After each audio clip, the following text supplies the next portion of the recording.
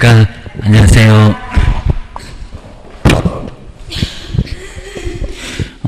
벌써 또 문제집도 나오고 해서 정말 이제 시험 이제 다가온 것 같습니다. 이제 다음 주부터는 아마 또 문제풀이를 하게 될 것 같으니까 한번 교재 한번 또 보시고 이제 문제 한번 풀어 오시면, 자, 먼저 꼭 풀어 오셔야 될 것 같습니다. 자, 풀어 오시고 이제 같이 풀어보면서 꼭 같이 풀어보면 다 알 것 같습니다. 근데 혼자 풀어보시면 정말 만만치가 않습니다. 그리고 요건 이제 한 두 번, 세 번은 꼭 풀어보셔야지 한 번 풀어보면 아예 기억도 안 납니다. 막 다른 과목도 많아가지고 상당히 좀 어려우니까 한번 두세 번은, 한 세 번까지는 꼭 풀어보시면 좀 좋을 것 같습니다. 처음에는 그냥 간단하게 풀어보고 두 번째는 자꾸 왜 틀리나 이런 것들은 꼭 신경을 한번 써주시면 좋을 것 같습니다. 자, 뒤에 이제 우리 교재 쪽에서 이제 아마 신문 쪽에서는 또는 아니면 또 1차가 됐건 2차가 됐건 뭐 주택임대차, 정말 매매보다도 주택임대차 뭐 이런 거는 사무소에서 매일같이 정말 매일같이 접할 수가 있으니까 꼭 119페이지에 주택임대차 이제 또 설명도 한번 자세하게 해보겠습니다. 먼저 첫 번째 119페이지에 이제 주택 임차인을 강하게 보호하겠다. 여긴 정말 임대인은, 집주인은 안중에도 없습니다. 그래서 이제 뭐 주인은 뭐 특별하게 보호할 거 없다. 그입니다. 자, 그러면서 이제 자, 임차인을 강하게 보호하겠다. 그럼 첫 번째 정말 대항력. 원래 대항력은 등기를 했을 때입니다. 자, 등기를 했을 때 보호를 해주는데 집주인이 등기해주냐고 입니다. 안 해준다. 그러면 두 가지 방법으로 대항력을 주겠다. 자, 여기도 정말 등기했던 것처럼 똑같이 나중에 새로운 집주인한테 보증금 주세요. 또는 전세금 주세요. 자, 이런 식으로 주장할 수가 있습니다. 먼저 첫 번째는 열쇠를 받고 입주. 자, 거주를 해야 정말 첫 번째 보호가 되고요. 그러면 거주를 안 하면 보호가 된다, 안 된다? 안 된다. 계속 안 살면 문제가 된다는 겁니다. 자, 물론 이제 뭐 한두 달 괜찮습니다. 직장 때문에. 근데 아예 안 살아. 그러면 문제가 된다는 겁니다. 뭐 살고 안 살고 금방 들통납니다. 전기세, 가스비 이런 것들 이제 보게 되면 요금 금방 줘야 하게 되면 다 나옵니다. 뭐 요즘은 그냥 어디 있는지 나중에 다 조회가 됩니다. 휴대폰만 가지고 라면 위치까지도 모두 추적이 됩니다. 그래서 이제 열쇠 받고 거주해라. 거주 안 하면 대항력 없다. 그입니다. 그다음에 그 옆에 이제 전입신고로 바로 이제 확인이 될 거니까요. 자, 경매가 되면 세대 열람 하면은 바로 나옵니다. 세대를 열람하면은 열람할 수 있습니다. 경매 나온 집은 보통 집은 안 되는데 전입신고 하고 살아라. 요걸 이제 주민등록이라고도 하고 전입신고 했을 때 근데 항상 대항력은 언제입니까? 오늘 아니요. 언제라고요? 다음 날 날짜가 바뀌어야 됩니다. 다음 날 몇 시부터? 0시부터 또 시간까지도 따집니다. 10시부터, 여기서는 0시부터 효력이 발생한다. 라고 이제 요건. 하여튼 당일은 아니다. 오늘 이사 와도 열쇠 받고 들어와도 상가도 마찬가지입니다. 오늘부터 개업에서도 아니요. 그 다음날 0시부터 대항력이 발생한다는 겁니다. 그럼 등기한테 밀려. 라고 기억을 하셔야 됩니다. 근저당 오늘 그러면 근저당은 오늘 바로 효력 발생합니다. 전세권도 그래요. 전세권도 오늘 돈 많이 주고 들어왔다고 그건 바로 당일에 효력 발생합니다. 기억을 하셔야 됩니다. 그다음 이제 그 아래 이제 효력 나왔죠. 임대인뿐만 아니라 그 누구한테도 물건은 정말 그 누구한테도 절대적인 효력을 가지고 있습니다. 대항력을 주장할 수 있다. 그러면 상속이 되건 경매가 되건 증여가 되건 하나 그 누구한테도 제 보증금 주세요 라고 하면은 꼼짝 못할 수밖에 없다는 겁니다. 그럼 이제 중개사무소에서는 이렇게 버티니까 설명해라 이런 소리입니다. 라고 이제 대항력을 주장할 수가 있고요. 그리고 이제 님번처럼 매매나 경매 시에도 양수인, 집을 새로 사서 들어오신 양수인한테 역시 임차권을 주장할 수가 있다는 겁니다. 더 살겠다. 아니면 대항력 있으면 제 보증금 주세요 라고 할 수가 있다는 겁니다. 그런 설명을 제대로 안 하면 누가 책임질 거요? 개업 공인중개사가 책임져라 라고 기억을 하셔야 됩니다. 그 다음에 세 번째 효력 발생일 이런 거 꼭 따져보셔야 되고요. 언제? 다음 날. 그래서 이제 전입신고 한 날이 아니라 다음 날 시험장에서도 자, 대항력권을 갖춘 날 그러면 안 되고 뭐가 있어야 된다고요? 다음이라고 반드시 다음 날이 꼭 있어야 됩니다. 다음. 그래서 이제 포인트 보셔야 되고요. 그 다음 이제 한 개는 이제 선순위 담보물관자등이 있었을 때 얘는 대항력이 있다 없다? 없다. 그리고 가압류도 마찬가지입니다. 말소 기준고리니까 여기도 대항력이 있다 없다? 없다. 대항력 갖추기가 많이 어렵습니다. 왜냐면 집을 사자마자 대출 이렇게 받지, 대출 뽑고 그리고 집사지 현금 박치기 한 사람은 거의 없습니다. 이상 어느 집에나 금액 차이지 거의 대출은 반드시 있을 수밖에 없다는 겁니다. 깨끗한 집은 아예 없어. 기억을 주셔야 됩니다. 그 다음 이제 그 아래 이제 5번에서 유효한. 그래서 이제 전입신고를 잘못했을 때는 대항력이 없다. 특히 이제 공동주택은 큰 문제가 된다는 겁니다. 201호인데 여기다가 뭐 301호 이런 식으로 아니면 또 101호라고 해야 되는데 201호 이렇게 전입신고하면은 지하 부분이 애매하게 나오면은 전입신고가 잘못될 수가 있다는 겁니다. 그런 거 책임졌다네 우리 판례가 아주 수두룩합니다. 기억을 해주셔야 됩니다. 반이 나왔나 반이 안 나왔나 땅을 파볼 수도 없고 애매할 수 있다는 겁니다. 그럼 건축물 현황도를 떼서 확인을 정확하게 해야 된다는 겁니다. 그거 기억을 해주셔야 됩니다. 두 번째가 이제 대항력만 갖춰도 최우선 변제를 받을 수가 있고요. 꼭 확정일자 있어야 최우선 변제. 그럼 큰일 납니다. 확정일자는 그냥 우선 변제입니다. 줄 서서 받는 거니까.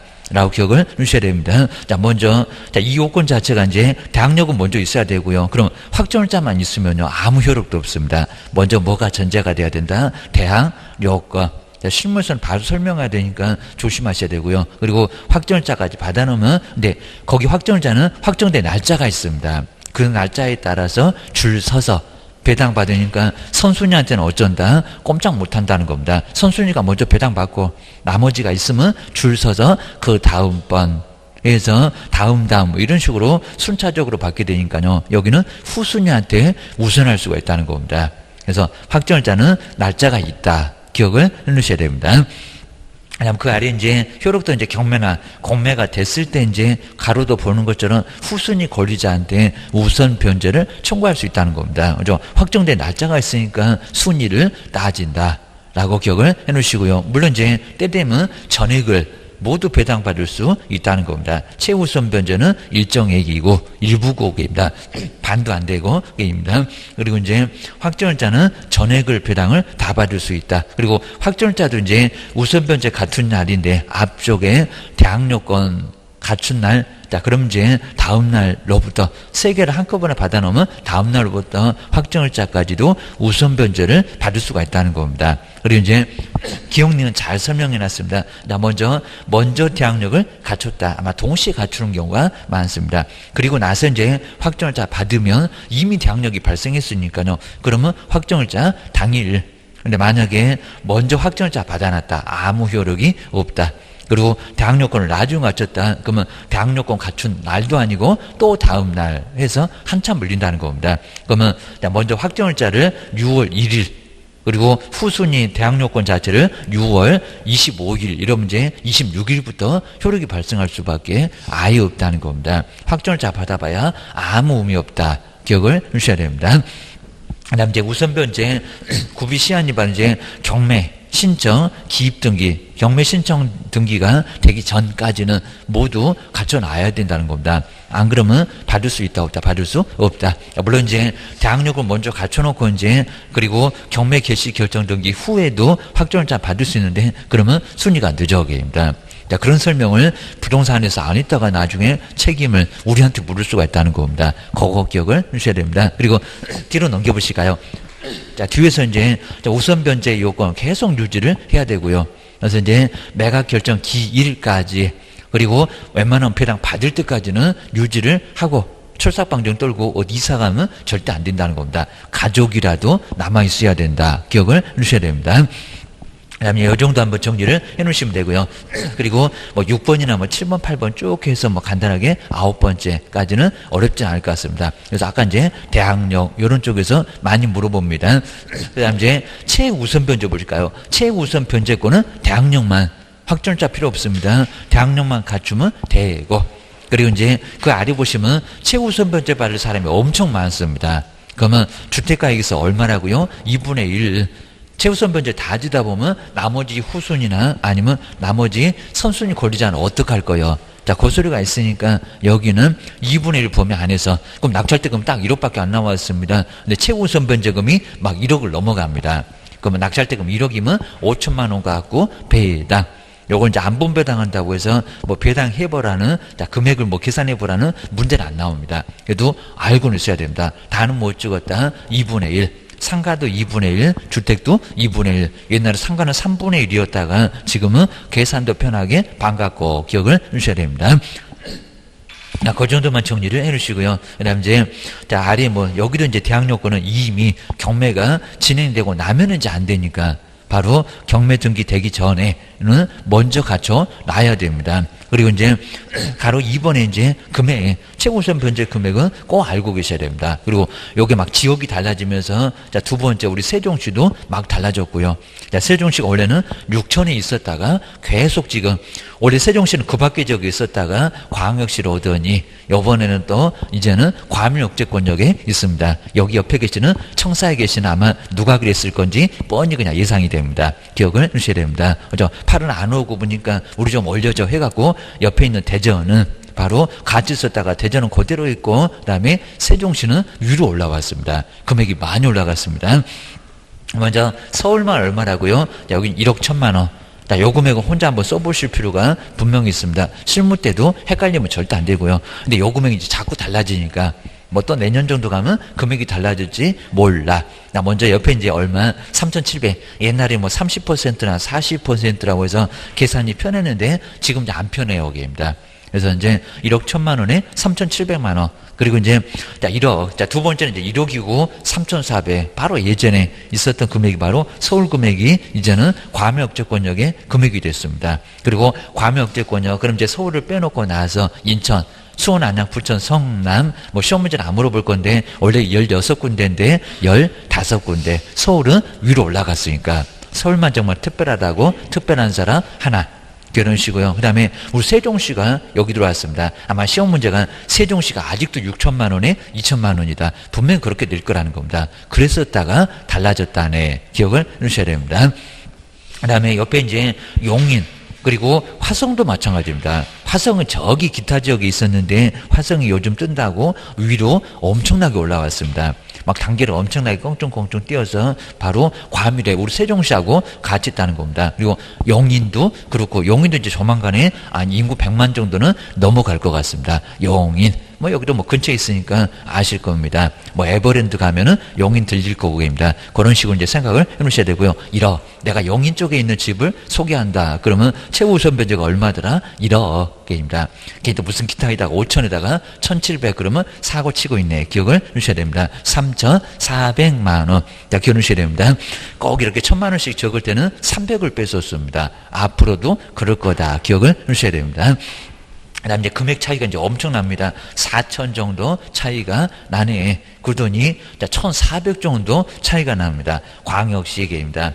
그러면서 이제 여기 이제 인천은 과밀억제권역에 있으니까 1억이니까 인천 빼고 그러면 그 아래 여기 옆에 대전, 그 다음에 광주, 부산하고 울산하고 대구 그럼 5군데네요. 그 5군데하고 이제 경기도 쪽에 바로 4군데 안산, 그 다음에 김포, 그 다음에 광주. 그 다음에 이제 용인이 빠지고 이제 옆에 이제 바로 어디로 갔다? 파주가 새로 들어왔다. 요 파주도 이제 아주 뜨고 지금 난리가 났습니다. 막 통일 때문에 파주 땅값은 난리 부르쓰고 한번 생각을 해 놓으시면 될 것 같습니다. 자, 그렇게 이제 정리를 안 하면은 상당히 좀 어렵습니다. 파주라고 기억을 해 놓으셔야 됩니다. 뭐 통일은 될 것 같지도 않는데 하더니 엄청나게 방송에서 띄워놓으니까 그쪽 막 개발되고 난리라는 겁니다. 파주 6천만 원 얼마다? 2천만 원 기억을 해주셔야 됩니다. 그리고 이제 요 세 개 지역이 아니면은 다 뭐라고요? 그 밖의 지역입니다. 그 밖의 지역은 5천만 원에 그리고 1,700 그리고 광역시에도 군은 1이 들어가고 있습니다. 저기 인천에도 강화군, 옹진군이 있을 겁니다. 저기 부산 쪽에 뭐 기장군, 뭐 달성군 이런 게 있을 건데 여기는 이제 그 밖의 지역으로 들어간다는 겁니다. 완전히 그냥 제일 밑에 금액입니다. 제일 낮은 금액 기억을 해주셔야 됩니다. 아까 이제 2분의 1 범위 안에서가 아까 위에서 봤던 거 가로 세 번째 나옵니다. 최우선 변제 받을 사람이 아주 여러 사람입니다. 요즘 문장으로도 거의 안 나오는데 예전에는 가끔씩 나왔다는 겁니다. 얼마 안에서 2분의 1 안에서입니다. 최우선 변제 아무리 정말 불쌍하다고 다 주면 다른 사람은 어떡할 거예요? 헛소리니까 법에서는 반토막 갖고 주고 나머지는 뭐 선순위 저당권자나 근저당권자 이런 사람 줘야 되겠다. 그죠? 다른 사람도 기다린다. 그러니까 반토막은 여기서는 나누어서 주겠다는 겁니다. 그리고 이제 임차권 등기 명령은 기간이 다 끝났는데 보증금을 안 내주네. 그러면 얻어가도 못하니까 어디 집에다가 정전집에다가 임차권 등기 명령을 해놓으면 그러면 전신고를 빼도 다른 집에 또 이사 가야 되니까요. 당력이 있다 없다? 있다. 그리고 그 등기로 우선 변제 효력까지도 계속 유지가 될 수 있다는 겁니다. 그리고 이제 아예 전신고 없었다. 그러기는 어려울 건데 그러면 새로 그리고 등기니까 바로 그 당일에 효력을 바로 우선 변제하고 당력에 효력을 줄 수 있다는 겁니다. 그거 기억을 해놓으시고요. 그리고 이제 중요한 부분이 이제 그러면 이미 임차권 등기 명령이 행해지고 난 후에 그 후에 새로 들어온 사람은 최우선 변제가 있느냐고 없느냐고 기억을 해주셔야 됩니다. 있다 없다? 없다. 근데 최우선 변제가 없다는 거지 우선 변제는 있다. 라고 그건 기억을 해주셔야 됩니다. 근데 기다려봐야 소용없습니다. 무슨 희망 고문 같습니다. 기다려봐야 줄 서서 배당 받으려고 하니까 앞에 사람이 다 챙겨갔네. 기다려봐야 소용없네. 라고 기억을 해주셔야 됩니다. 그 정도만. 그리고 여섯 번째 같은 것은 정말 시험 문제가 나왔고요. 그래서 이제 여기 이제 임대인의 보증금 반환 채무, 여기 이제 임차 보증금 반환. 그러니까 누가 잘못한 거냐고입니다. 그래서 이제 등기를 해놓고 갔는데 그 반환 의무가 돈을 내줘야 되는 의무가 먼저냐고 아니면 또 이제 여기는 뭐 동시행 이래도 안 됩니다. 아니면 임차인의 등기 말소 시켰더니 아예 돈을 안 줍니다. 그럼 아주 황당한 일이 발생할 겁니다. 그리고 누구 잘못 때문에 등기를 하고 나갔냐고 합니다. 그럼 누구 잘못이면 먼저 해야지. 이런 소리가 나온다는 겁니다. 그럼 뭐가 먼저 빠르다고요? 보증금 반환. 중개사무소에서도 뭐 같이 하세요. 그래도 안 된다는 겁니다. 먼저 돈을 주세요.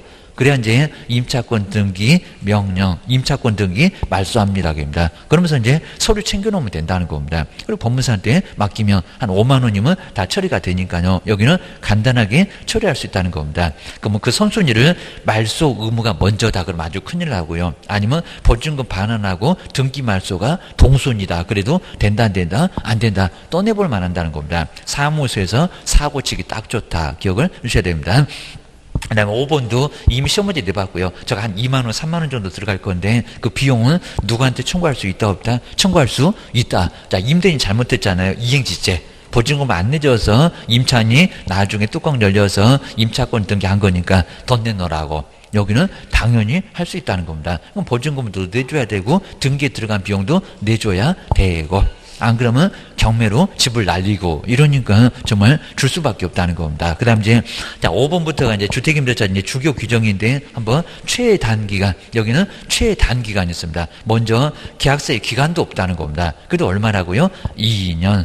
야, 2년도 못 살고 나가라고 하면 뭐 하세요? 욕하고 사세요. 입니다. 욕을 어떻게 합니까? 2년 전년을 걸 겁니다. 자, 2년을 주장할 수 있다는 겁니다. 그리고 2년 미만이면 계약서다가 1년을 썼다는 겁니다. 주택인데. 그럼 얼마 살겠다고 주장할 수가 있습니까? 2년. 여기다 씨는 성씨를 그러시면 안 된다는 겁니다. 1년 써놓고 왜 2년 주장할 수 있다는 겁니다. 법에서 2년 전년하고 살라고 했는데 여기입니다. 아무 문제 없다는 겁니다. 2년도 못 살고 이사 간다는 거 얼마나 억울하냐고 합니다. 또 돈백 넘게 깨질 건데 2년도 못 살아? 그러면 안 돼. 그러니까 1년으로 합의해봐야 합의는 무효가 된다는 겁니다. 강행 규정 기억을 주셔야 됩니다. 근데 만약에 임차인이 나가겠다는 겁니다. 근데 2년을 써놓고 1년 안 되는데 1년 써놓고 1년 만에 나간다. 그건 된다 안 된다? 된다. 또 이제 반대로 주인이 2년 살라고 그러네요. 그럼 또 욕하세요. 여기입니다. 거기는 가능하다는 겁니다. 지 중개보수 아낀다고 2년 살아라. 그러면 안 살아 하면서 나갈 수가 있다는 겁니다. 그거는 계약서를 1년 썼을 때지 2년 써놓고 1년 만에 이건 안 된다는 겁니다. 그러면 새로 세입자 구해. 그리고 중개보수 다 물어내야 돼. 라고 기억을 하셔야 됩니다. 그리고 자, 2번도 시험 문제 가끔씩 나왔었고요. 보증금 못 받는데 소멸한다. 이런 식으로 엉뚱한 소리가 나온 적이 있었다는 겁니다. 자, 먼저 임대차 기간이 끝났는데도 보증금을 반환 안 해준다는 겁니다. 그럼 반환 받을 때까지 뭐 할 수 있다? 임대차 관계는 소멸이 아니라 존속한다. 그걸 살짝 소멸한다. 이런 식으로 내본 적이 있는데 말이 안 된다고 합니다. 그럼 나가라고? 아니요. 돈도 못 받았는데 돈 받을 때까지 거기서 살아도 돼. 대신 올 수 있으면 월세는 내야 됩니다. 동시행 주장에도 가능하다는 겁니다. 그리고 차임 등을 증액할 수가 있습니다. 그런데 증액은 바로는 안 되고요. 1년 지나면 가능합니다. 그리고 계약서가 2년이라도 3년이라도 1년 지나면 5%는 된다는 겁니다. 잘못 생각하시는 거 많습니다. 뭐 계약 기간 중에는 절대 올릴 수 없대요. 아주 엉뚱한 소리입니다. 올릴 수 있어요. 1년 안에 안 된다는 거지. 1년 지나면 5%. 그리고 이제 기간 끝나면은 5%를 초과해서 시세대로 올릴 수가 있습니다. 중개사무소에서 자꾸 엉뚱한 소리 하시면 안 돼요. 기억을 주셔야 됩니다. 또 선생님이 그랬대요. 그러면 안 됩니다. 그러셔야 됩니다. 선생님 아마 그래 본 적이 없을 겁니다. 뒤에 이제 차임이나 보증금, 그 다음에 조세나 공과금, 자꾸 이제 경제사정이 변동되잖아요. 맨날 물가도 올라갑니다. 그래서 이제 적절하지 않으면, 그리고 장래에 대해서 증, 그리고 감. 근데 조심하실 게 감액은 1년과 관련이 없습니다. 집값이 떨어졌네, 주변의 시세가 떨어졌네, 그럼 언제든지 감액해달라고 할 수 있다는 겁니다. 올린다는 게 1년을 넘어서 청구할 수 있다는 거지 감액은 아무 때나 가능하다는 겁니다. 그건 기억을 해주셔야 됩니다. 그리고 그 20분의 1이 5%. 그냥 시험 문제는 5% 이렇게도 나오니까 20분의 1 대신에 5%라고도 할 수 있다. 라고 나란히 같이 써놓으시면 될 것 같습니다. 저기 뭐 전세권 등기에서도 5% 거기서도 똑같이 나올 겁니다. 그 다음 이제 두 번째 증액 청구는 임대차 계약을 체결하고 나서 1년 그리고 올리고 나서 얼마? 1년 이내는 하지 말라고 했습니다. 그럼 반대로 해볼까요? 1년 경과하면 증액 청구할 수 있다. 1년 지나면 정말 할 수 있다는 겁니다. 계약기간 2년이라도 1년 지나면 해. 우리는 대소료 받을 수가 있다는 겁니다. 주인한테 올리세요 해가지고 중개보수도 나중에 대소료도 받고 얼마든지 괜찮을 수가 있다는 겁니다. 보셔야 됩니다. 그다음에 이제 뒤로 넘겨보실까요? 뒤에 이제 차임으로 전환 겁니다. 이 차임으로 전환 같은 거 하면 꼭 정말 내볼 것 같으니까 한번 조심해 보셔야 됩니다. 먼저 보증금 또는 그 전부나 일부를 그리고 올 단위 차임으로 바꿀 수는 있다는 겁니다. 안 바꿔줘도 되는 얘기입니다. 그러니까 보증금 빼주고 월세로 바꾼다. 그게 바로 이제 여기입니다. 자, 그럼 이제 근데 일본에서는 이미 연 일할이면 10%를 곱하라는 소리인데 그건 약간 높습니다. 근데 아래 보실까요? 자, 지금 기준금리가 이제 1.5면 거기다가 자, 여기서 이제 얼마라고요? 거기 3.5. 바로 이제 1.75에다가 그래서 3.5%를 여기다 이제 한번 더해 보면은 얼마? 5.25가 나올 겁니다. 5.25 정도가 1점 바로 이제 여기도 한번 계산해서 보시면 될 것 같습니다. 1.25 해서 이제 바로 5.25라고 해서 이제 한번 정리를 해 놓으시면 좋을 것 같습니다. 그 다음 이제 가로 네 번째 이제 묵시적 갱신. 그래서 아무 소리 안 한다. 그럼 언제든지 뭐 한다? 나간다고 할 수 있다. 라고 기억을 해 놓으셔야 될 것 같습니다. 그랬을 때 이제, 여기도 이제 2년을 또 살 수가 있고요. 그리고 3개월 지나면 나가겠다. 요 3개월은 이제 보증금 마련할 시간을 좀 달라는 겁니다. 민법에서 괜히 또 1개월 배웠다고 나간다 했을 때 1개월, 그 주택상가가 아니었을 때는 1개월입니다. 주인은 나가라고 하면 6개월, 세입자는 1개월, 그건 민법. 여기는 특별한 법이니까 요놈이 더 우선한다는 겁니다. 그럼 뭐, 상가도 얼마? 3개월, 주택도 얼마? 3개월. 기억을 꼭 해놓으셔야 됩니다.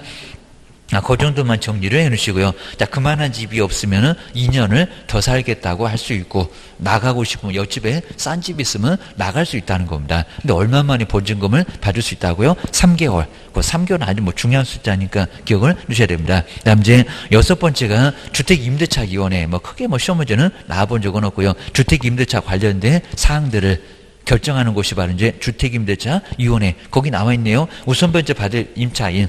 그 다음에 임차 그 이냐 아니면 보증금 중에서도 자 여기 이제 보면 일정액의 범위라든지 기준을 그러니까 최우선 변제가 자꾸 달라지고 이런 것들이 바로 여기 주택임대차 바로 위원회입니다. 임차 보증금 그 다음에 여기 옆에 보시면 일정액의 범위 기준 등을 심의하는 게 어디라고요? 바로 주택임대차위원회. 근데 어디가 갔냐면 법무부입니다. 그걸 또 어디 뭐 국토교통부 그러면 안 되고입니다. 법무부 소속에다가 그리고 반드시 둔다는 겁니다. 둔다. 여기도 아직 안 내봤지만 법무부 한번 조시해 보셔야 됩니다. 그다음 그 위원회 이제 저 앞쪽에 정책심의위원회하고 또 다르고요. 여기는 9명에서 15명, 조금 더 많구나 기억을 넣으셔야 됩니다. 그리고 여기도 이제 위원장은 바로 법무부의 차관, 또 장관 그러면 안 되고요. 장관 나란 일 때문에 바빠서 그 아랫사람 차관. 이라고 해서 이제 그 정도만 정리를 해 놓으시면 될 것 같습니다. 저기 이제 정책심의위원회하고 좀 비슷하다. 차관인 것은 같구나 기억을 해주셔야 됩니다. 그 다음에 7번째, 주택임대차의 분쟁을 조정한다는 분쟁조정위원회. 자, 지금 임대인하고 임차인하고 머리끄댕이 잡고 싸움이 났습니다. 그랬을 때 이제 요 분쟁조정위원회에다가 한번 조정 좀 해주세요라고 할 수가 있다는 겁니다. 그리고 이제 여기 이제 대한법률구조공단, 법률구조공단 지부에다가 그리고 여기도 둔다.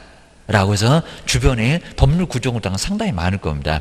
거기 가서 임대인, 임차인 손잡고 가가지고 좀 조정 좀 해주세요. 겁니다. 그래서 이제 조정으로 할 수가 있습니다. 그 다음에 이제 아래 이제 특별시나 광역시나 그 다음에 시도, 그 다음에 제주도 때문에 사들은 고려해서 그리고 둘 수 있다. 조정위원회 둘 수가 있다. 그리고 이제 여기 이제 숫자가 또 다르죠. 한 명을 포함해서 5명 이상에서 30명 이하.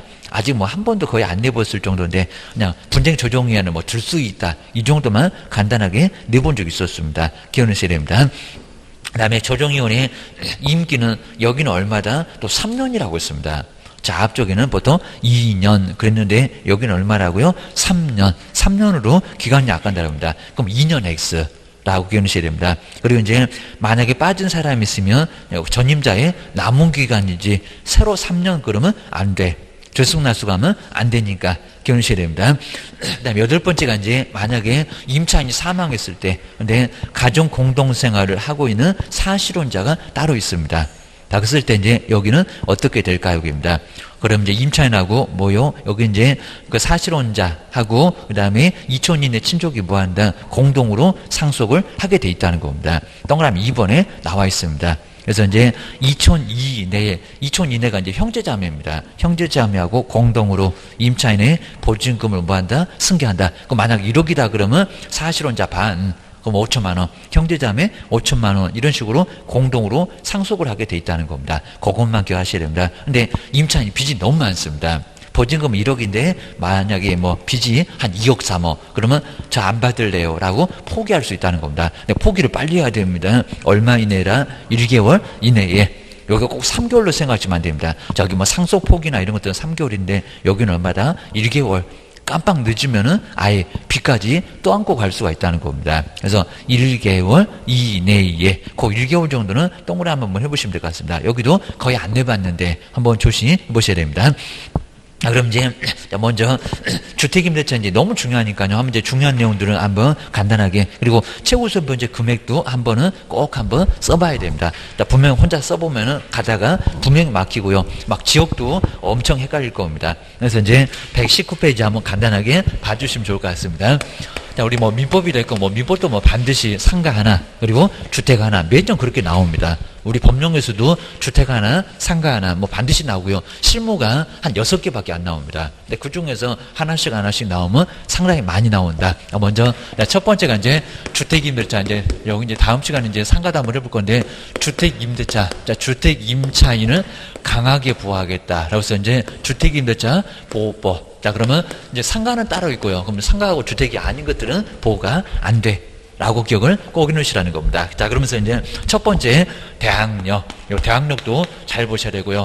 대항을 하려면, 대항을 할 수 있는 힘이 있는데 반드시 여기는 몇 가지라고요? 2가지. 그러니까 이 대항력이랑 확정을자를 자꾸 얘기하지 마시라는 겁니다. 확정을자는 그냥 우선변제 받을 때 필요한 거지. 자, 버티는 대항력은 그리고 대항력만 있으면 최우선 변제도 받을 수가 있다는 겁니다. 꼭 확정일자 있어야 받는다. 요즘 이제 그런 문제를 자꾸 내고 있습니다. 실무 때 잘못 설명하면 안 된다는 겁니다. 근데 여기 동시입니다. 하나만 이러면 안 된다는 겁니다. 자, 먼저 첫 번째는 뭐 받고 살아라? 열쇠 받고 살아라. 그러니까 요거 이제 열쇠를 받는다고 해서 인도. 건물을 이렇게 받는 것을 인도라고 합니다. 인도 받았네요. 라고 해서 인도입니다. 그리고 뭐 같은 소리인데 거주가 제일 편한 소리입니다. 거주. 근데 법률적으로 보통 쓰다 보니까 저기 점유권에 점유, 경매물권에서는 꼭 점유 이렇게 나오지 촌스럽게 무슨 인도나 거주라고는 절대 안 나온다는 겁니다. 인도라고도 안 나옵니다. 점유라고 해서 법률이니까 그렇게 나온다는 겁니다. 그래서 여기에 바로 이제 점유, 그리고 뭐 명도 이런 소리도 이제 사실은 뭐 건물은 그냥 명도라고 하는 게 맞습니다. 이건 조금 넓은 개념이고, 그리고 요 건물이라고 하면 명도. 그러니까 나중에 건물 안 넘겨준다고 명도 소송 간다는 소리 하지 뭐 인도 소송 이런 소리는 잘 안 한다는 겁니다. 꼭 틀렸다는 소리는 아닌데 바로 이 소리가 가장 정확하기는 할 겁니다. 여기서 이제 거주를 하고 있어야 된다는 겁니다. 근데 오늘 거주에도 오늘 이사 와도 오늘 효력이 발생하냐 안 하냐? 안 한다. 그건 안 한다는 겁니다. 보셔야 됩니다. 그 다음에 두 번째, 이제 요건 꼼짝도 못 합니다. 요건 좀 뭐 속여볼 만도 한데, 요거는 이미 전입신고가 돼 있으면 세대 열람하면 나오게 돼 있다는 겁니다. 그래서 이제 뭐를 했을 때 전입신고입니다. 그리고 이제 요게 이제 세종시 주민으로, 요거 뭐 주민센터 뭐 근처도 있대요. 주민등록. 이렇게 이제 신고를 하면은 여기서 이제 대항력을 갖출 수 있다는 겁니다. 주인이 등기 안 해주니까 이러면 대항력이 발생할 수 있다는 겁니다. 자, 그러면서 이제 언제라고 했습니까? 항상, 자, 시험 문제가 뭐 전입신고 한 날, 거주한 날 그러면 안 된다는 겁니다. 언제라고요? 다음 날. 자, 꼭 이렇게 날짜가 바뀌면서 다음 날, 그리고 시간까지도 따집니다. 몇 시라고요? 0시부터 효력이 발생할 수 있다는 겁니다. 그거 기억을 꼭 내셔야 됩니다. 자, 그럼 이제 여기서 이제 한번 조심해 보실 게 대항력이 있을까요? 없을까요? 바로 이제 여기 이제 대항력이 있다 없다. 자, 이런 것들도 한번 정리를 해 놓으시고요. 대항력, 자, 유, 무 한번 따져 보실 건데, 나 먼저 첫 번째 101호에, 자, 101호에 이제 바로 자, 갑이 있습니다. 갑. 자, 갑이 있는데, 자, 먼저 날짜 이제 월요라고 보시고요. 6월, 그리고 26일, 바로 이제 열쇠 받고 들어왔습니다. 그래서 전입신고 했고, 전입신고 하면서 이제, 그리고 거주도 하고 있다는 겁니다. 전입신고하고 거주도 하고 있고, 그 다음에 바로 이제 확정일자, 주민센터 가서 확정일자를 받아왔습니다. 그래서 확정일자 받아놨는데, 하필이면 오늘, 바로 6월 26일입니다. 6월 26일에 떡하니, 저기 국민은행에서 대출이 막 1억짜리가 집값이 한 1억밖에 안 가는데, 막 1억 가깝게 여기는 근저당이 이렇게 설정이 되어 있다는 겁니다. 그랬을 때 지금 현재 들어온 우리 갑은 바로 갑의 확정자 받고 이사를 들어왔는데, 갑은 대항력이 있을까요? 없을까요? 한번 생각해 보시라는 겁니다. 그다음에 두 번째 102호에 이제 누구 을은 어제 하루 전에 들어왔습니다. 이런 거 잘 따져보셔야 됩니다. 6월 25일 바로 어제 들어왔고요. 자, 그러면서 이제 전입신고 했네. 그리고 전입신고 하면서 이제 이사 왔으니까 거주도 하네. 그리고 주민센터 간 김에 확정일자도 받아놨다는 겁니다. 야, 요건 정말 그냥 알고 모르고 꼭 설명을 좀 해줘야 됩니다. 괜히 또 나중에 지가 바빠갖고 확정일자 안 받아놓고 부동산에서 이게 안 하던데요. 그러면 부동산 오라고 해서 책임지라고 합니다. 정말 그렇다는 겁니다. 그런 것들은 설명해야지. 중개보수만 받고 끝냈니라고 해서 큰 문제가 발생한다는 겁니다. 몇 억씩 깨지면 네가 책임져. 조심하셔야 됩니다. 을이 이제 확정자 받고 들어왔고요. 근데 그 다음날이라고 했으니까 동순인가 6월 26일 이제 오늘 또 여기도 이제 저기 있는 것 돈밖에 없는 국민은행에서 또 근저당을 아주 집값에 가깝게 뭐 근저당 이렇게 하면서는 세대를 하면서 세입자 있냐고 없냐고 다 물어봤을 건데 대출 안 해줬을 건데 그냥 이론적으로 이렇게 정리를 해놓으시고요. 요거 대항력이 있을까요? 없을까요? 그 다음 이제 세 번째 103호에 그러니까 몇 가지만 딱 네 가지만 한번 정리를 해놓으시면은 여기는 그렇게 많이 어렵지 않습니다. 근데 여기는 6월 한 20일 정도에 누가의 병이 먼저 확정일자부터 먼저 받아놨다는 겁니다. 그리고 나서 이제 보니까 6월 그리고 26일, 6월 26일에 또 여기도 이제 있는 거 돈밖에 없는 국민은행이 바로 여기 이제 병인데 병은 병 날까요? 안 날까요? 게입니다. 바로 여기도 근저당을 설정을 해놨습니다. 그리고 나서 순위는 분명히 빠르다는 겁니다. 확정일자 거기입니다. 그럼 6월 21일 0시부터 효력이 발생하는 그리고 이제 6월 27일 여기입니다. 6월 27일 여기는 한 6월 25일로 한번 볼까요? 5일. 오늘 또 26일엔 누가요? 병이. 여기 이제 병이라는 사람이 이제 전입신고 했네. 전입신고 불안하니까 먼저 가서 확정일자는 잽싸게 가서 받아놨을 겁니다. 철사방정 떨었을 겁니다. 직장도 빼먹고 그다음에 전입신고하고 이제 거주를 하고 있었는데 요거 이제 효력이 있을까요? 없을까요? 조심하셔야 됩니다. 네 번째 이제 104호에 이제 우리 이제 정은 요 정도까지만 딱 하면 되고 이제 더 이상 뭐 경우 수는 없어도 괜찮을 것 같습니다. 여기는 6월 20, 여기 이제 6월 20일 여기 이제 우리 병이 전입신고 전입신고 먼저 해놓고 그 다음에 거주도 정은 먼저 하고 있었다는 겁니다. 그리고 나서 이제 6월 바로 25일, 6월 25일 어제 또 여기도 국민은행 쪽에서 이제 건조당이 또 들어왔습니다. 또 여기도 이제 집값에 가깝게 그러면 은행 먼저 받으면 세입자는 없어. 이렇게 생각을 해 놓으시라는 겁니다. 그리고 이제 오늘, 이제 겁이 나니까 6월 26일 가가지고 병이 확정일자를 오늘 받아놨다는 겁니다. 확정일자 오늘 받아놨다. 여기 이제 정의. 그랬을 때 요건 이제 대항력이 있을까요? 없을까요? 그리고 배당은 될까요? 안 될까요? 이런 경우만 정리를 해 놓으시면 경매도 충분히 우리가 이제 매수 신청 대리하니까 충분히 할 수 있다는 겁니다. 먼저 첫 번째 여기 보실까요? 첫 번째. 근데 전입신고 하면 거주를 하면은 언제 대항력이 발생하는 거예요? 언제라고 했습니까? 다음날. 자, 그러면 요 당일에는 효력이 발생한다, 안 한다? 안 한다. 그리고 만약에 당일 효력이 발생했으면 은행하고 동수님은 대항력 인정됩니다. 근데 여긴 시간 안 따집니다. 그냥 둘 다 9시 이럴 건데 여기는 언제라고요? 다음날. 그러면 6월 날짜가 달라진다는 겁니다. 그 다음날 여기입니다. 꼭 밀려. 그죠? 6월 27일, 그죠? 언제? 0시. 오늘 효력 발생 안 한다는 겁니다. 그죠? 오늘 이제 자정 가서 24시 넘어서 바로 내일 돼야 효력 발생합니다. 그리고 여기는 언제라고요? 건재당은 6월 26일 바로 당일에 됩니다. 그럼 줄 서봐라. 그럼 누굽니까? 여기에 됩니다. 그럼 빗자루 아래로 전입신고는 그다음에 확정자는 밀 수밖에 없다는 겁니다. 대항력이 있다 없다? 없다. 대항력 없다는 겁니다. 갑은 낙찰자한테 돈 주세요. 그럼 옥상 이제 끌려갑니다. 한마디만 더 하면 디지가 얻어맞고 존말할 때 200 받고 나갈래 아니면 나한테 얻어 터질래 하고 난리가 난다는 겁니다. 자, 짐을 다 보관센터 집어넣어버리면 그거 찾아갈 때 돈 내야 됩니다. 이사 비용 받고 싹싹 빌고 나갈 수밖에 없다는 겁니다. 대항력이 없다. 자, 거기다 이제 낙찰대금 딱 1억이고요. 여기도 1억 가깝습니다. 그럼 누구만 배당 받는데요? 좀 은행만 우리가 여기 들어갈 수도 있고 우리가 소개할 수도 있다는 겁니다. 아니면 뭐 자식이 됐건 누가 됐건 방을 얻어줄 수도 분명히 있다는 겁니다. 정말 조심하시라고요. 불 보고 뛰어든다는 겁니다. 뭐 불나방도 아니고 죽으려고 환장한다고 본다는 겁니다. 정말 큰일 납니다. 이런 경우도 조심하셔야 된다는 겁니다. 자, 그럼 이제 대항력 없고요. 그 다음에 배당도 누구라고요? 1순위. 그리고 말소 기준권이 아예 밀립니다. 건재당 다 챙겨가고 기다렸더니 아무것도 없어. 이러면 난리가 난다는 겁니다. 낙찰자한테도 대항 못하고 그러면 종전 주인 아예 그냥 잠수 타갖고 어디 있는지도 모릅니다. 핸드폰도 다 죽었고 해서 큰 문제가 된다는 겁니다. 결국은 돈 못 받아 줘야셔야 됩니다. 근데 이걸 소개를 잘못했다. 그럼 이제 부동산 쳐들어간다는 겁니다. 정말 우리 부동산 중개하면서는 정말 소름 돋습니다. 이런 것들은 꼭 점검해 보시고 그리고 애매한 거 있으면은 꼭 물어보고 해야 된다는 겁니다. 안 그러면 큰 문제가 발생해요. 차라리 계약서 쓰지 마세요. 그 중개보수 한 20만 원, 30만 원 받으려고 몇 천만 원씩 날아갑니다. 정말 그렇습니다. 여기 보실까요? 하루 전에 먼저 들어왔다는 겁니다. 하루 전에. 이제 요거 동순이라고 크 어렵다는데 배당을 막 열심히 하고 계십니다. 요거 막 5천이면 또 1억이면은 이거 안분배당 좀 상당히 어렵다는 겁니다. 낙찰대금 1억. 그럼 이제 1억 5천이 분모로 가고 요놈이 5천이 분자로 가고 얘는 또 1억 5천이 분모로 가고 요놈은 분자가 또 1억으로 가고 이렇게 아주 복잡해갖고 한 뭐 3,333만 원 정도 나오려나요? 난리가 난다는 겁니다. 안분배당 한다 안 한다? 안 한다. 하고 계신 분 바보입니다. 여기는 언제 됩니까? 날짜는 밀리는데 아까 몇 시라고요? 0시입니다. 자, 그러면 6월 26일까지는 맞았다는 겁니다. 근데 몇 시라고요? 0시. 자, 6월 26일 몇 시라고요?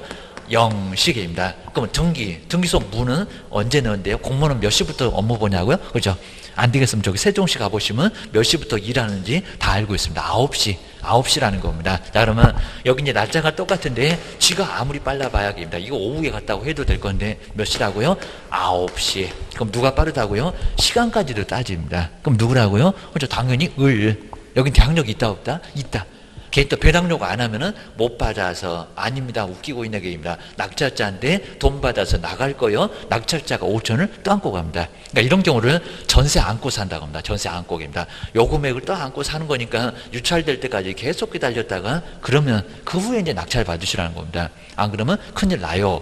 하셔야 됩니다. 이건 어차피 그냥 5천만 원 깔고 가니까 싸게 낙찰을 받아서 그냥 투자감으로 놔두고 나중에 증액할 때만 주인 가서 이제 나중에 뒷짐지고 가셔갖고 계약서만 쓰면 된다는 겁니다. 그리고 또 뭐 나중에 또 내놓아도 되고 입니다. 거기 이제 또 개발되면은 많이 쓸 거고 기억을 하셔야 됩니다. 요거는 이제 바로 여기서 이제 대항력이 바로 을은 요건 대항력이 있다는 겁니다. 대항력이 있다. 날짜만 같아도 대항력이 있었는데 시간이 빨라서 0시부터 대항력이 있고요. 그리고 배당도 이제 누가 1순위입니까? 배당이 바로 배당 순서가 을. 요번이 바로 이제 1순위. 그리고 이제 배당 받고 나머지가 있으면 그 다음에 이제 국민은행 이런 식으로 줄 서봐. 그러면 여기가 먼저 줄을 서 있습니다. 0시니까.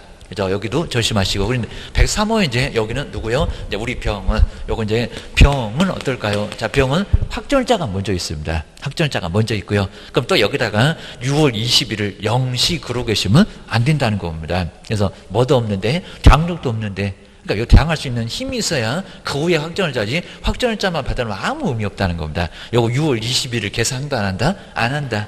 조심하셔야 됩니다. 그리고 6월 26일이라고요? 아니라는 겁니다. 또 언제라고요? 다음날. 여기 다음날 봐놓고, 자, 전입신고 거주 다음날. 요 두 가지 조건 다음날. 그럼 언제래요? 계속 밀려옵니다. 6월 27일. 그리고 0시부터 이미 뭐 늦었네. 정말 아주 6.25 사변 났습니다. 여기가 뭐라고요? 1순위. 그리고 여기는 얼마?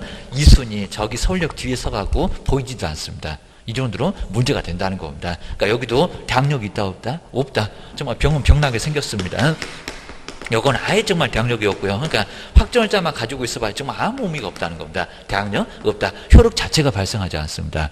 거기에는 이제 배당도 누가 빠르대요? 당연히 1순위입니다. 당일에 효력을 발생시키니까 여기도 있는 것 돈밖에 없다는 국민은행. 자, 은행 쪽에서 이제 바로 1순위로 배당받고, 그리고 낙찰대금도 딱 1억이면 1억으로 끝. 아예 없다는 겁니다. 기억하셔야 됩니다. 그리고 이제 104호의 정을 한번 보실까요? 여긴 좀 아주 애매할 겁니다. 먼저, 여기 이제, 이미 뭐를 해놨고, 말소 기준권이 바로 위에 전입신고는 이미 돼 있다는 겁니다. 근데 또 확정자는 또 늦었습니다. 은행 다음입니다. 그랬을 때 이제 먼저 정은 먼저 우리가 보실 때 대항력이 있을까요 없을까요? 요놈은 대항력이 없었는데 요놈은 대항력이 있다 없다? 있다. 대항력이 있다는 겁니다. 6월 25일 전에 먼저 말소 기준권이 전에 그러기 어려웠습니다. 그러기 어려운데 점심신고를 먼저 해놨다는 겁니다. 그래서 대항력이 있다 없다? 대항력이 있다. 근데 이제 배당이 이상하다는 겁니다. 배당. 그러면 배당을 받을 때는 1순위가 누굴까요? 여기서 정일까요? 아니면 국민은행일까요? 누구라고? 국민은행.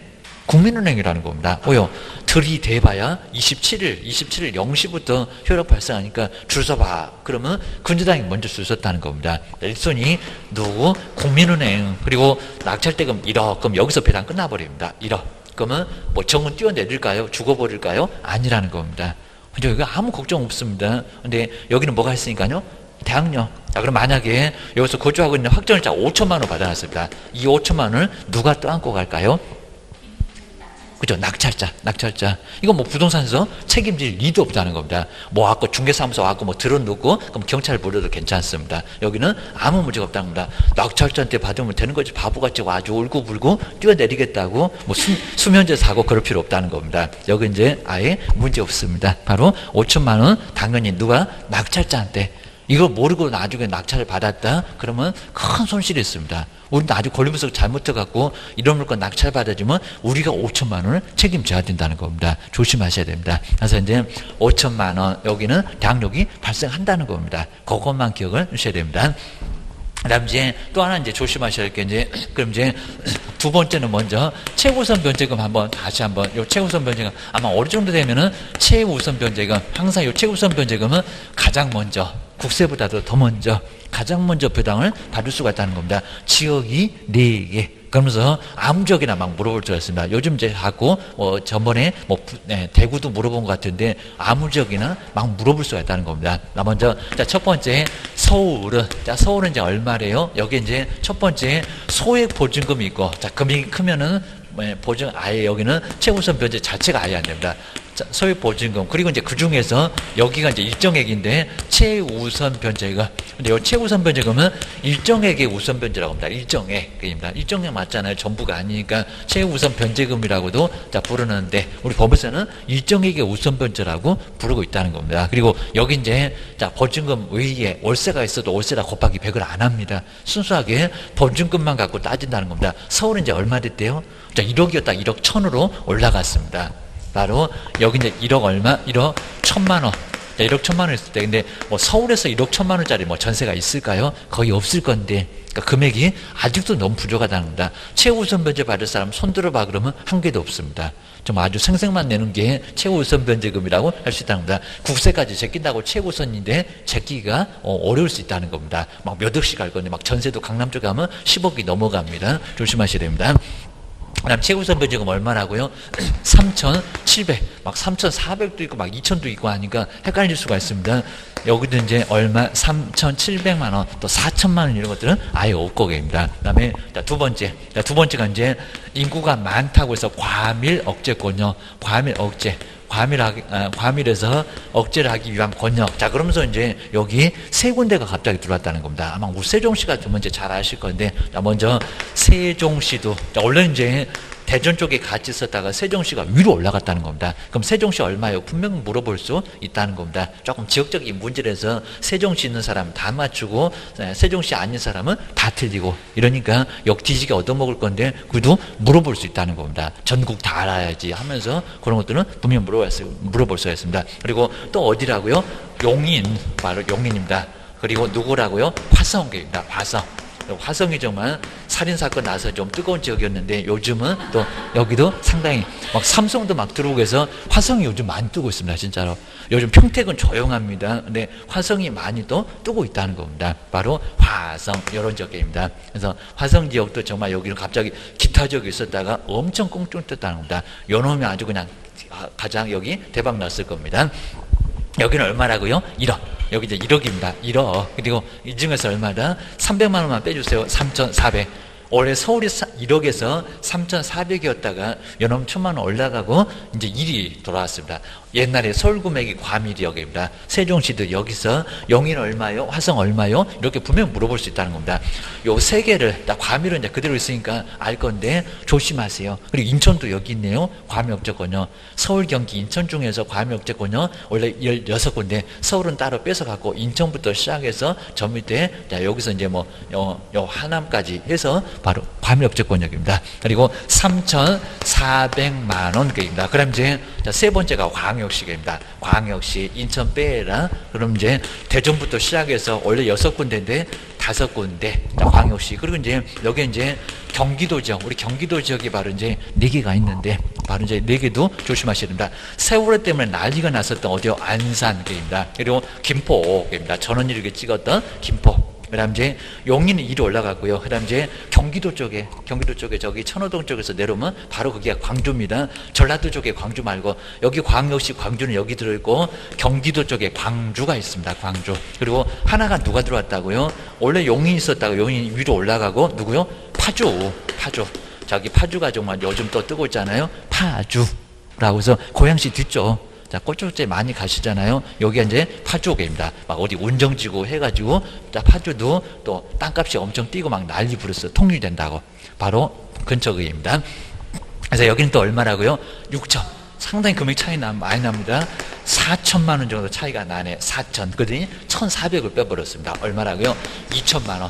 2천만 원이 바로 이제 최우선 변제가 한 요 정도면 갑자기 헷갈릴 수가 있을 겁니다. 그리고 뭐 요 금액은 거의 그대로 있으니까 많이 안 헷갈릴 수가 있습니다. 원래 세종시도 6천에 2천으로 있었다가 위로 올라갔대요. 라고 기억하셔야 됩니다. 공무원들이 막 여기 있다가 막 위로 엄청 올렸겠죠. 협박 좀 했겠죠. 그래서 이제 여기가 바로 자, 그런 부분이 있을 겁니다. 그다음 이제 그다음 이제 네 번째가 이제 기타. 요 세계적이 아닌 기타 지역은 금액이 이제 제일 적습니다. 기타 지역.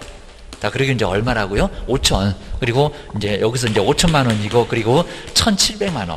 자, 1,700만 원까지 여기는 최우선 변제 받을 수 있다. 최우선 변제 받을 수 있다. 라고 기억을 하셔야 됩니다. 그 다음에 세 번째가 이제 전입신고에서는 꼭 조심할 게 있는데요. 자, 전입신고에서 이제 단독주택과 공동주택. 요건 정말 시험 문제 자주 내고 있고요. 자, 먼저 단독주택은 뭐 단독주택이 문제 뻔히 알 건데 단독주택하고 이제 다중 그리고 다가구 다세대 말고입니다. 그럼 여기 이제 하숙집하고 관련된 다중주택 그 다음에 다가구 주택도 단독주택인데 여기는 한 사람 집이니까 뭐요? 동호수까지는 필요 없다는 겁니다. 뭐만 맞으면 돼요? 집원 하나만 맞으면 되니까 집원 외에 자, 집원만 맞으면 되니까 동이나 그리고 호수 같은 것은 기재를 안 해도 괜찮고 틀려도 괜찮고 여긴 정말 괜찮다는 겁니다. 어차피 한 사람 집이니까 호수도 필요 없다. 틀려도 괜찮다. 이 정도면 병력이 발생한다는 겁니다. 근데 공동주택은 안 그래. 정말 공동주택은 초긴장해 봐야 됩니다.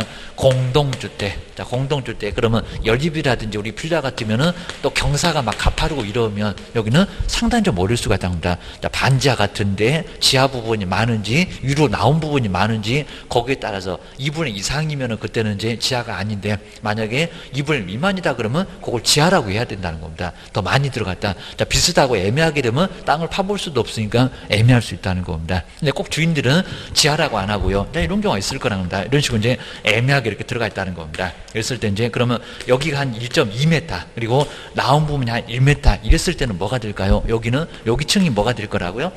그렇죠? 요거는 지하라고 해야 될까요? 지하라고 해야 될까요? 아니면 여기 이제 뭐 101호라고 해서 지층으로 해서 101호라고 해야 될까요? 여기입니다. 자, 먼저 지하 부분을 조금 더 뭐 있다고요? 더 많이 들어갔다는 겁니다. 딱 만약에 1m 그러면 지하 여기서 101호라고 써도 괜찮다는 겁니다. 2분의 이상이니까. 근데 2분의 이상이 아니라 오히려 2분의 1 미만이 됐다는 겁니다. 나온 부분이 오히려 그러니까 여기 지표면으로 좀 나온 부분이 좀 적었다는 겁니다. 그럼 여기는 뭐라고 해야 됩니까?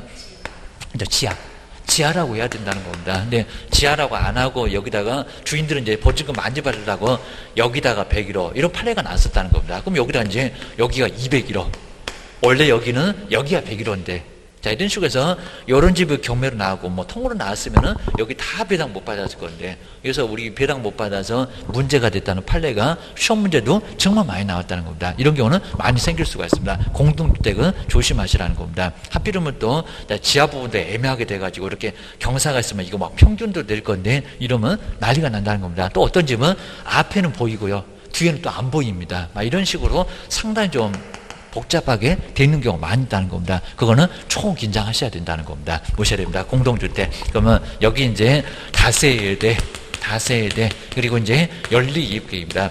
660을 초과한다는 연립 요거는 이하고 계입니다. 바닥 면적이 할게. 그다음에 아파트 면적 상관없이 5개층 이상이면 다 아파트예요. 라고 보셔야 됩니다. 여기는 2명 이상의 소유권 가지고 있습니다. 여기는 지번만 맞으면요 아니라는 겁니다. 지번 외에 뭐가 필요하다고요? 동의나 그리고 호수까지도 정확하게 기재를 안 하면 여기서 이제 문제가 되는 게 동의나 호수 같은 거 제대로 기재 안 하면 대학력 자체가 없다는 겁니다. 요거는 큰 문제가 발생합니다. 조심해야 됩니다.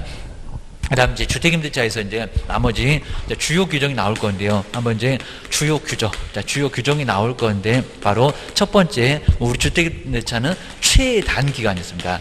아무리 계약서에다가 1년이라고 써봐라 그게 1년 주장을 할 수 있나 게입니다. 가장 짧다는 최단 기간입니다. 먼저 계약서에 아예 기간 자체도 없다는 겁니다. 아니면 계약서에다가 1년으로 계약을 했었다는 겁니다. 그랬을 때 얼마라고요? 최단 기간 그렇죠? 2년. 정말 어떻게 2년도 못 살고 나가라고 하면 너무하잖아. 해서 얼마라고요? 2년. 그래서 아주 2년 전을 하고 살 수 있다는 겁니다. 계약서에 기간 없어도 2년 살래요. 그리고 1년으로 계약서를 써놨는데 왜 신의성실의 원칙 1년 안 지키냐고 법에서 2년 주장 보호할 수 있는데 주장될 수 있는데 왜 또 1년만 사냐고 나가겠다고 할 수 있다는 겁니다. 근데 조심하실 게 그냥 임차인이 직장일 때문에 1년만 살고 나가겠대요. 그러면 임차인은 1년 주장 할 수 있다 없다? 할 수 있다. 근데 조심하실 게 계약을 이렇게 2년으로 해놓고 오해하지 마시라는 겁니다. 자꾸 막 선생님 그랬다고 하시는데 그리고 1년 만에 나가겠다고 1년 주장을 이건 됩니까 안 됩니까? 이건 안 된다는 겁니다. 그리고 여기는 계약서를 1년 써놨으니까 1년 주장, 신의성실에 딱 맞잖아요. 1년 써놨으니까 1년 만에 나가겠다고. 근데 여기는 2년을 써놓고, 계약서 2년을 써놓고 1년 만에 나가겠다. 이거는 말이 안 된다는 겁니다. 이거는 신의성실의 원칙을 위반해서 이렇게 주장 안 되고요. 이건 안 된다는 겁니다. 이건 안 되겠습니다. 계약서를 2년 써놓고, 여기는 새로운 세입자, 그것도 구하라고 했을 때 구하지 말어. 그리고 2년 만에 보증금 받으러 와. 그럼 집을 비워놔야 됩니다. 이 정도로 문제가 된다는 겁니다. 그래서 여기는 이제 바로 1년 써놓고 1년 주장은 되는데 2년 써놓고 1년 주장하는 것은 그런 것은 있을 수가 없다. 그건 소설이지 선생님 그랬다는 소리는 말이 안 된다는 겁니다. 그거 기억을 꺼내셔야 됩니다. 그 다음 이제 두 번째 이렇게 증액을 청구할 수 있다 없다. 증액 청구 된다는 겁니다. 그러면 계약기간 중에도 가능해요. 얼마만 지나면요? 1년만. 계약 후에 1년만 경과가 되면, 그러니까 1년 안에 안 된다는 거지. 1년이 경과되면 된다, 안 된다? 된다. 그리고 요 중립 청구가 이제 20분의 1인데 같은 소리입니다. 20분의 1이나 그냥 시험 문제는 5% 계산하기도 편하잖아요.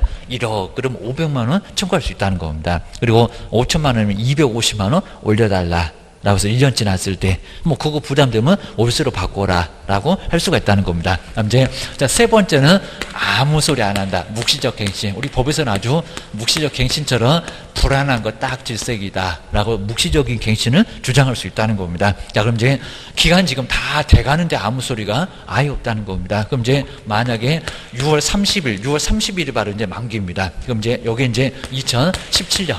그리고 2019년, 근데 2019년인데 오늘 와갖고 갑자기 이제, 그래도 아직은 기간 남았으니까 6월 26일 돼갖고 나가라. 이런 소리를 하고 있다는 겁니다. 아니면 나가라가 아니라 나간다. 이런 소리를 하고 있다는 겁니다. 여기 이제 주인이 그럴 거고, 여기 이제 세입자가 그럴 거고, 이런 소리를 하고 있다는 겁니다. 자, 그랬을 때 여기 효력이 있다, 없다? 없다. 아예 안 된다는 겁니다. 자, 먼저 여기서 언제까지라고 했습니까? 만기 6개월에서 1개월 사이. 자, 6개월에서 1개월 사이, 그럼 최소한 1월 정도 얘기를 하고 있으라는 겁니다. 그리고 너무 빨리나 너무 늦게는 안 된다는 겁니다. 그리고 이제 6월 30일이니까 언제입니까? 5월. 하루라도 늦으면 안 된다는 겁니다. 언제요? 5월. 최소한 30일 전에는, 그러니까 요 사이에 하라는 겁니다. 한 1월에 이제 한 30일 요 사이에서 해야지. 갑자기 나가라. 그런 소리 하면 된다, 안 된다? 안 된다.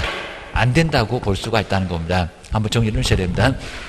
여기서 이제 나가라. 그러면 여기도 이제 뭐라고요? 2년. 이미 묵시적으로 언제 됐다고요? 2021년 6월 30일까지 다시 연장이 돼 있다는 겁니다. 근데 여기서 이제 첫 번째는 그만한 집이 없으면 2년 주장, 상가는 1년입니다. 2년 주장을 할 수가 있는데, 근데 옆집에 보니까 더 싼 집이 있다는 겁니다. 그럼 뭐 한다? 나간다. 그 소리 할 수 있다는 겁니다. 그러니까 중간에 살다가 요즘 와갖고 저 나갈래요 라고 하면 2년인데 왜 나가? 이런 소리는 할 수 없다는 겁니다. 그죠? 그 다음 이제 두 번째, 골라먹는 재미가 있다고 해서 나간다. 이렇게 나간다. 요 나간다 소리 할 수 있는데 요게 이제 해지 청구를 할 수 있다는 겁니다. 해지 청구가 가능한데 바로는 안 된다. 얼마라고요? 3개월. 보증금 마련한 시간을 좀 달라는 겁니다. 그만한 집이었으면 2년을 계속 살겠다고 2년 전년하고 살면 되고, 그 다음에 3개월 후에 효력이 발생해서 나간다는 해지 효력 발생은 보증금 받을 수 있는 것은 3개월 후입니다. 이런 것도 이제 주장을 할 수가 있다는 겁니다. 나가겠다라고 결론하셔야 됩니다. 그리고 이런 것도 이제 나중에 여기도 우리 세입자가 나간다고 했다가 이제 가서 방을 알아보니까 엄청 비싸졌습니다. 막 소설 쓴다고 했습니다. 언제 나가라고 했냐고 그냥 안부 전화만 했잖아 해가지고 나중에 따지고 그런다는 겁니다. 정말 그런 경우가 있습니다.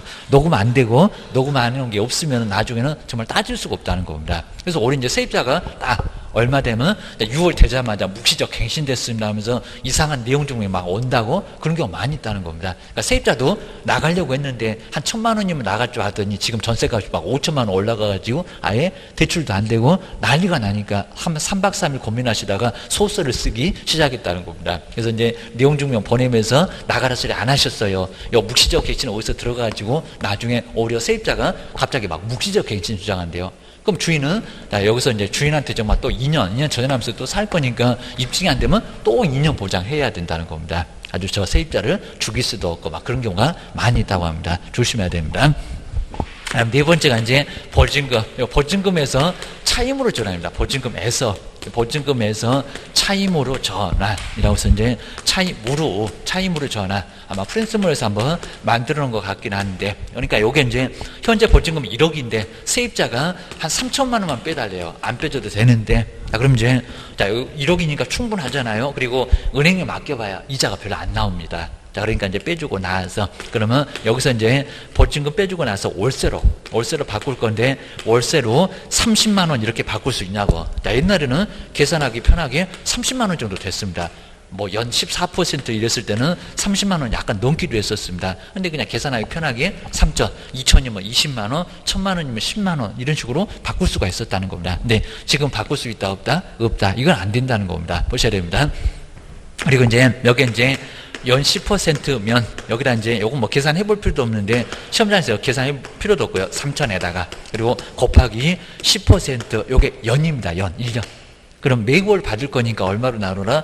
12로 나눠라. 라고 갖고 12로 나누면 나오긴 나온다는 겁니다. 근데 요건 높아하기입니다. 그 둘 중에서 하나인데. 그래서 연 10% 하고, 자, 둘 중에서 하나인데, 여기다가 니은번 해보시면 기준금리, 자, 기준금리, 현재 아마 1.75일 겁니다. 1.75%인데, 기준금리에다가 얼마를 더라고요? 3.5를 더한. 그러니까 옛날에 곱한 그랬습니다. 우리도 또 시험 문제가 곱한 이룰 수가 있을 겁니다. 곱한이라는 소리가 아니라 뭐라고요? 더한. 더해야 많이 적습니다. 3.5%를 더한 금액 중에서 둘 중에서 낮은 금액, 또 시험 문제가 높은 금액 그럴 수도 있습니다. 낮은 금액을 적용을 해야 된다는 겁니다. 둘 중에서입니다. 자, 그러면 여기다가 이제 3.5를 보태면 5.25가 나올 겁니다. 5.25% 보셔야 됩니다. 요거 이제 계산하실 때 저도 이제 금액을 좀 써놓긴 했는데 한번 좀 이따가 쉬는 시간에 꼭 계산 한번 해보셔야 됩니다. 그러면 여기 이제 3천만 원에다가 그리고 5.25% 꼭 누르셔야 됩니다. 그럼 이제 몇 천만 원 나옵니다. 동그라미 2개 떨어져야 되니까. 그리고 요게 1년의 개념이니까 얼마라고요? 12로 나눠줘야 매월 월세 요거를 받을 수가 있다는 겁니다. 그럼 이제 다음 시간에 얼마 정도 나왔을까요? 라고 휴대폰들 꼭 가지고 계산기가 없어요. 그러지 마시고 휴대폰에 보면 계산기 있습니다. 없으면 어플이라도 깔아놓으면 바로 쓸 수가 있으니까 그건 필수적입니다. 저도 항상 깔아놓고 있는데 이런 것들은 한번 계산을 해보시라는 겁니다. 자, 그래서 이제 13만 1000 그리고 250원 이렇게 나오는 지게입니다.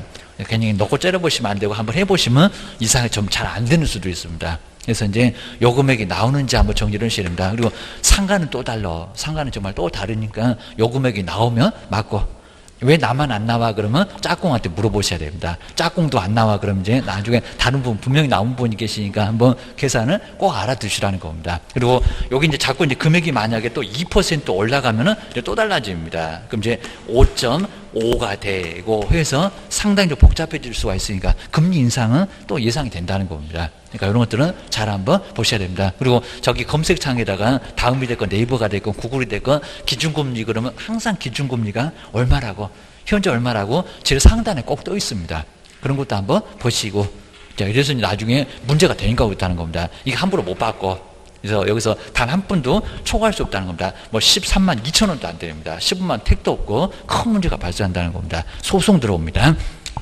그렇게 해서 이제 한번 정리를 한번 쭉 한번 해 놓으시고요. 그 다음 이제 또 프린트물도 있고 그러니까 한번 이제 보시고, 그 다음 다음 시간에는 또 상가 또 자세히 또 봐야 됩니다. 그래서 상가 이쪽으로 한번 이제 다음 시간에는 또 한번 가보겠습니다. 쉬었다가 다음 시간에 계속해 보겠습니다.